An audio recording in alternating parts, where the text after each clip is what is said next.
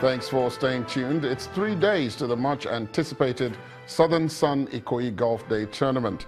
Ahead of the tourney, organizers and sponsors have met in Lagos at a private cocktail for the final time to ensure a hitch-free event, which comes up on Friday, November the 10th, at the Leko Lakes Golf and Country Estate in Lagos.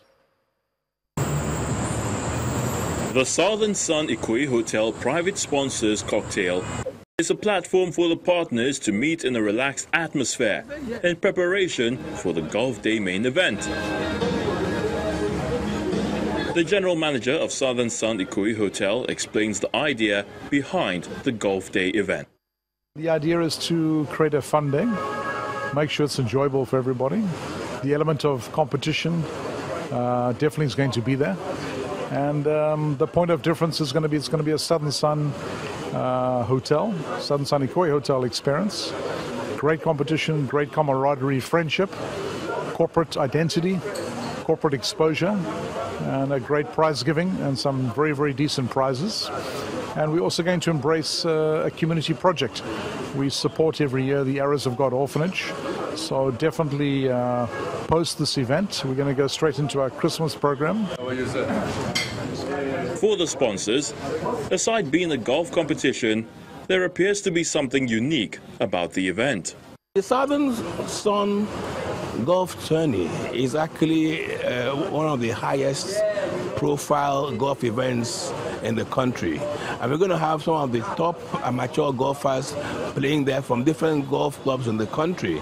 We're going to have friends of the hotel, and I think it's beyond golfing. It's going to be a fantastic networking opportunity to meet, great corporate guys that you can network with and interact with. We keyed into the vision for this year's golf tournament. It's part of the Rwanda core values to be part of CSR initiatives as well. So it was a very good idea when Southern Sun talked to us, and we decided to partner, all in the spirit of CSR. It's a free golf event. The field of play will see over 72 golf players participating in this year's edition, with mouth-watering prizes available to winners and all the golfers.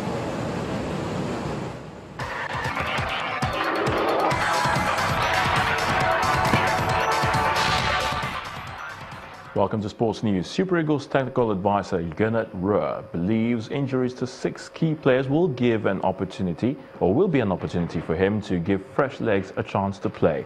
Having qualified for the FIFA World Cup already, the coach sees the game as an avenue to begin preparations for the World Cup in Russia.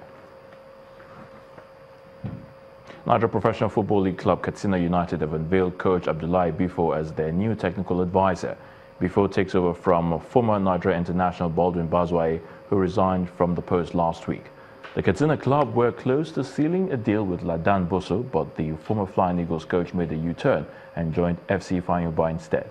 Coach Bifo was in charge of another NPFL club, Abia Warriors, last season. New West Ham manager David Moyes insists he has a point to prove at the Hammers and confirms he is in talks with Stuart Pearce over joining his backroom staff. Moyes acknowledged some sections of the West Ham support have met his appointment with negativity, but he hopes he can win them over. Boxing promoter David Higgins says both Anthony Joshua and Joseph Parker are keen to square off for a heavyweight title fight in the first quarter of next year.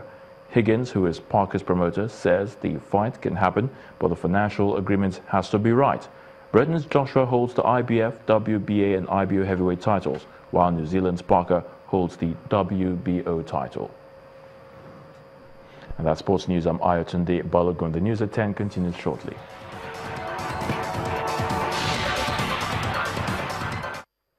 Thanks, Ayo. 6 children have been killed in an explosion at a primary school near the Tanzanian border with Burundi.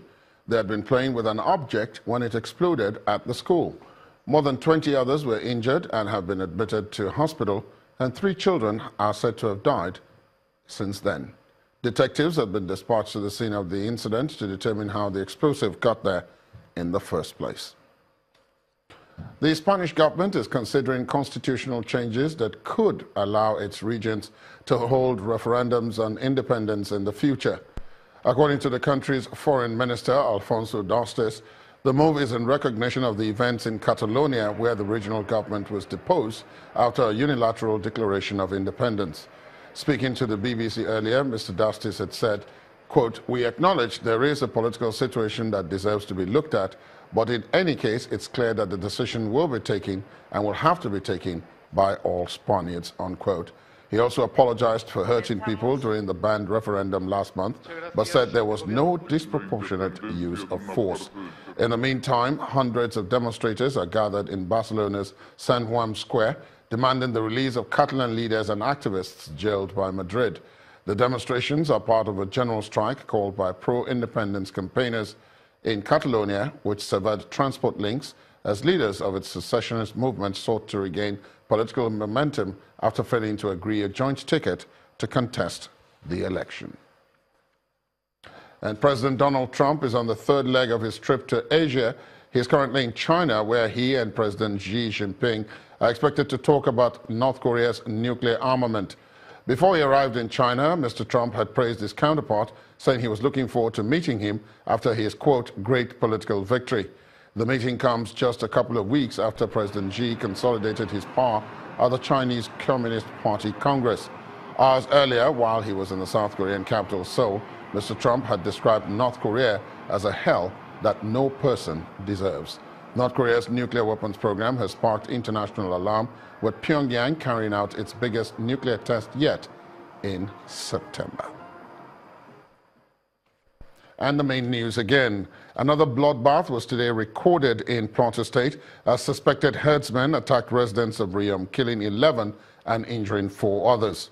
Also today, the Inspector General of Police, Ibrahim Idris, appeared before the Senate committee investigating fraud allegations against him, but he refused to answer questions from its members. And 6 pupils were today killed in Tanzania while playing with an explosive device in their school. And that's tonight's news at 10. Thanks for being with us. My name is Ladi Akiriduluale. Good night.